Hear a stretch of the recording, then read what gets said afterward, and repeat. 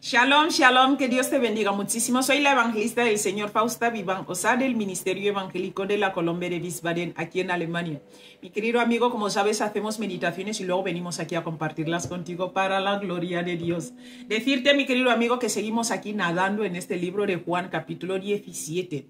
Ahora vamos a leer hoy el versículo 20 y versículo 21. Te invito a entrar a nuestro canal porque de verdad es impresionante todo lo que el Señor nos está diciendo en estos versículos bíblicos, en este libro de Juan. El discípulo amado, ¿sabéis que él mismo se llama así? Impresionante cuando tú te sientes amado por el Señor. Coge tu Biblia, mi querido amigo. Vamos a meditar en la cobertura del Padre, del Hijo y del Espíritu Santo. Vamos allá. El tema, mi querido amigo, es para que todos sean uno. Ese es el tema que estamos meditando hoy.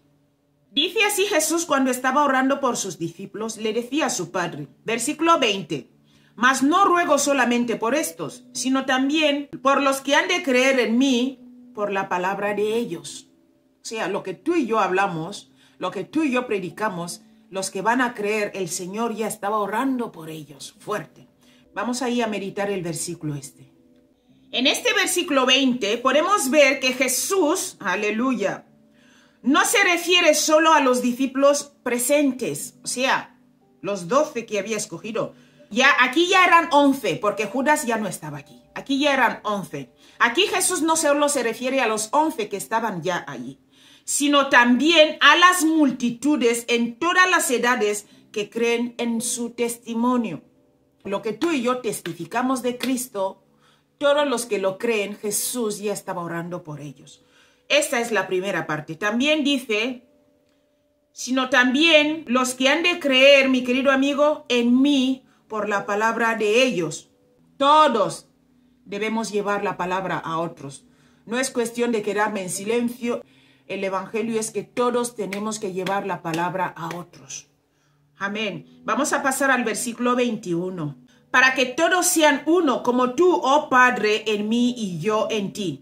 Que también ellos sean uno en nosotros para que el mundo crea que tú me enviaste. En este versículo 21 que hemos leído, también lo vamos a separar en dos partes. Vemos que Jesús dice aquí, para que todos sean uno. Mira, de nuevo, Él ora por la unidad entre los creyentes. Que solo el amor, mi querido amigo, puede llevarla a cabo si nos amamos los unos a los otros. Y eso es lo que nos falta muchas veces porque estamos, venga, RQ, avasallando a los demás. Luego dice en otra parte, como tú, oh Padre, en mí. Eso es la unidad y comunión. Luego dice, y yo en ti, la unidad y con propósito.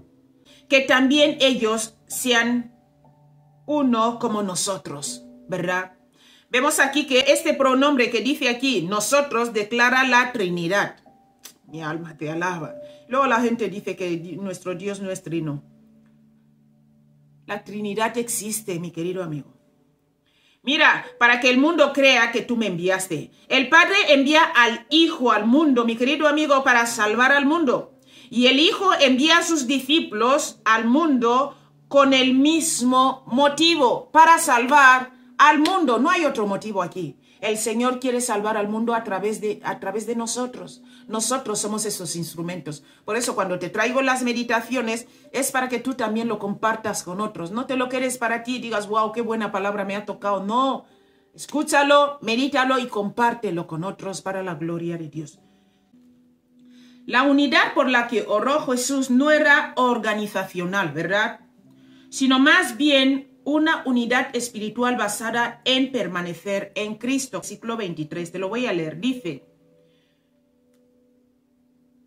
yo en ellos y tú en mí, para que sean perfectos en unidad, para que el mundo conozca que tú me enviaste y que los has amado a ellos como también a mí me has amado.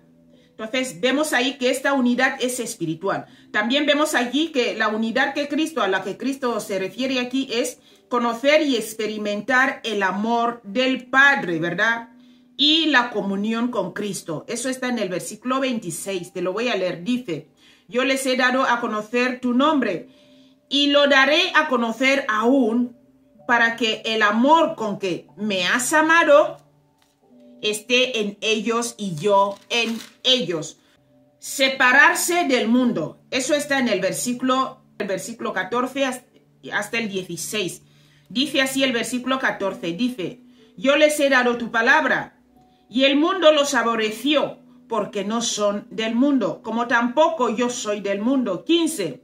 No ruego que los quites del mundo, sino que los guardes del mal. Versículo 16 dice, no son del mundo, como tampoco yo soy del mundo. Apartarse del mundo, mi querido amigo. Entonces vemos que por esta unidad oró Cristo. Y también oró por la unidad de santificarse, escucha, santificarse por medio de la verdad. Eso está en el versículo 17 y 19, te lo voy a leer. Dice, santifícalos en tu verdad, tu palabra es verdad. Luego dice en el 19, y por ellos yo me santifico a mí mismo para que también ellos sean santificados en la verdad. ¿Te estás dando cuenta de qué tipo de unidad está hablando Cristo aquí? No organizacional, que te voy a leer abajo porque hay 2 puntos que tenemos que hablar de ellos. Mira, también la unidad de la que Cristo oraba era recibir y creer la verdad de la palabra de Dios. Todo eso es espiritual, mi querido amigo.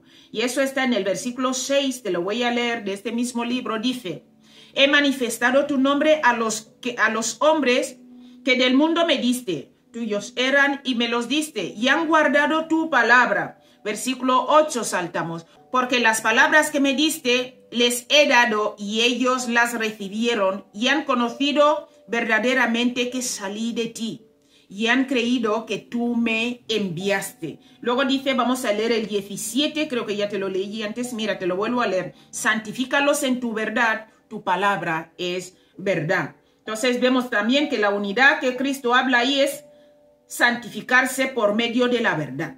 Luego vemos también que la unidad de la que Cristo habla es recibir y creer la verdad de la palabra de Dios, como te he leído antes.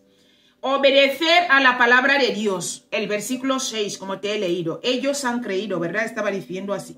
Versículo 6 dice, he manifestado tu nombre a los hombres que del mundo me diste, tuyos eran y tú me los diste y han guardado tu palabra, ¿verdad? Vemos ahí también, y desean, la unidad de la que Cristo habla es que también deseemos llevar la salvación a los perdidos. Eso está en el versículo 21 y luego versículo 23, te lo voy a leer. Dice, para que todos sean uno, como tú, oh Padre, en mí y yo en ti, que también ellos sean uno en nosotros para que el mundo crea que tú me enviaste. Versículo 23. Dice, yo en ellos y tú en mí, para que sean perfectos en unidad, para que el mundo conozca que tú me enviaste y que los has amado a ellos como también a mí me has amado. Aleluya.